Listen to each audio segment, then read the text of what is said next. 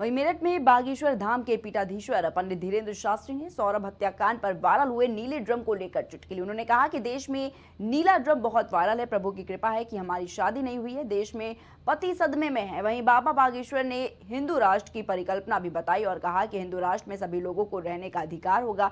जैसे दुबई में मुसलमान को प्राथमिकता है, वैसे ही हिंदू राष्ट्र में हिंदुओं को प्राथमिकता होगी और यहाँ सभी को संस्कृति और मजहबों का पालन करने का अधिकार होगा, लेकिन प्राथमिकता हिंदू धर्म की होगी। बाबा बागेश्वर ने कहा कि रामचरितमानस के आधार पर जीवन शैली होगी, सनातन का अपमान करने वालों को फांसी होगी। राणा सांगा पर टिप्पणी करने वालों पर भी पंडित धीरेन्द्र कृष्ण शास्त्री ने शाब्दिक प्रहार किया और कहा कि उनको अपनी बुद्धि की शुद्धि करनी चाहिए। औरंगजेब महान नहीं हो सकता, विदेशी विधर्मियों का नामो निशान मिटना चाहिए।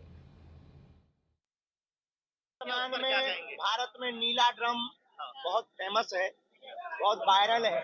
बहुत से पति सदमे में है नीले ड्रम को लेकर। भगवान की कृपा है, हमारी तो शादी नहीं हुई है।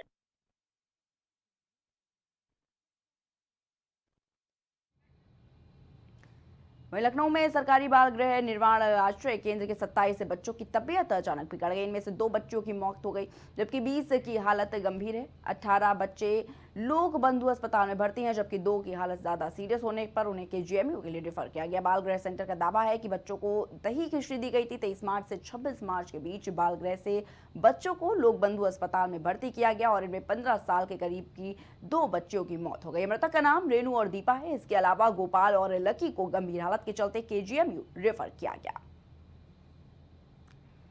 तो लखनऊ से ये खबर है, जहां पर फूड पॉइजनिंग के बच्चे शिकार हुए हैं, जिसमें कि आपको बता दें कि 2 बच्चों की मौत की खबर है, जबकि कई बच्चों की हालत गंभीर बताई जा रही है। बताना चाहेंगे कि फूड पॉइजनिंग के मामले एक बार फिर बढ़ते हुए नजर आए हैं। बता दें कि बाल गृह सेंटर का ये दावा है कि बच्चों को दही खिचड़ी दी गई थी। वहीं 23 मार्च से 26 मार्च के बीच बाल गृह से बच्चों को लोक बंधु अस्पताल में भर्ती किया गया और इनमें 15 साल के करीब 2 बच्चों की मौत हुई है। मृतक का नाम रेणु और दीपा बताया जा रहा है और इसके अलावा गोपाल और लकी को गंभीर हालत के चलते केजीएमयू के लिए रेफर किया गया है। और इसी खबर तमाम जानकारी के लिए हमारे साथ हमारे संवाददाता राजेश फोन लाइन पर जुड़ चुके हैं। राजेश, आपसे जानना चाहूंगी, जिस तरीके से मामला सामने आया है, फूड पॉइजनिंग के चलते 2 बच्चों की मौत है, जबकि कई बच्चे जो हैं उनकी हालत गंभीर बनी हुई है, कैसी स्थिति है इस वक्त?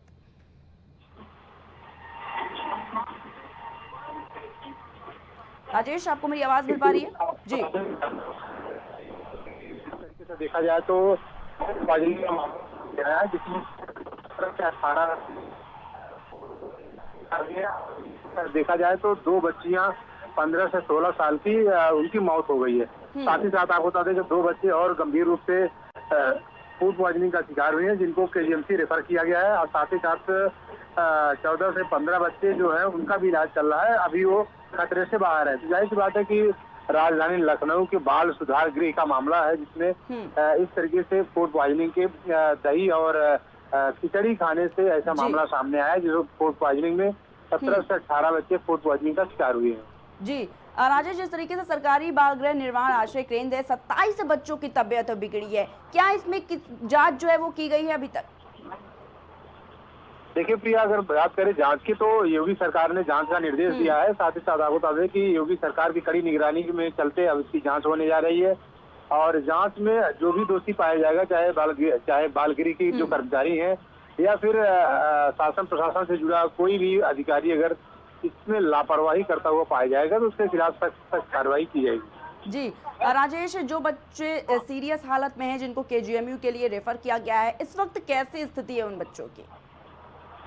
तो जो दो बच्चे केजीएमयू के लिए रेफर किए गए हैं, तो अभी उनकी हालत नाजुक बनी हुई है। उनका इलाज मेडिकल कॉलेज में चल रहा है बहरहाल, लेकिन जिस तरीके से देखा जाए तो वहाँ के जो सीमस है उन्होंने जो बताया है कि कहीं कहीं देखा जाए तो बच्चे की हालत में थोड़ा बहुत अभी सुधार हुआ है, लेकिन पूरी तरीके से सुधार नहीं हो पाया है बहरहाल। लेकिन देखा जाए तो अभी जिस तरीके से मामला सामने आया है, इसमें योगी आदित्यनाथ की तरफ से बड़ी कार्रवाई हो रही है। जी ठीक है राजेश, बहुत बहुत शुक्रिया आपका हमारे साथ जुड़ने के लिए और तमाम जानकारी साझा करने के लिए। इस बुलेटिन में फिलहाल के लिए इतना ही। आप देखते रहिए प्राइम टीवी।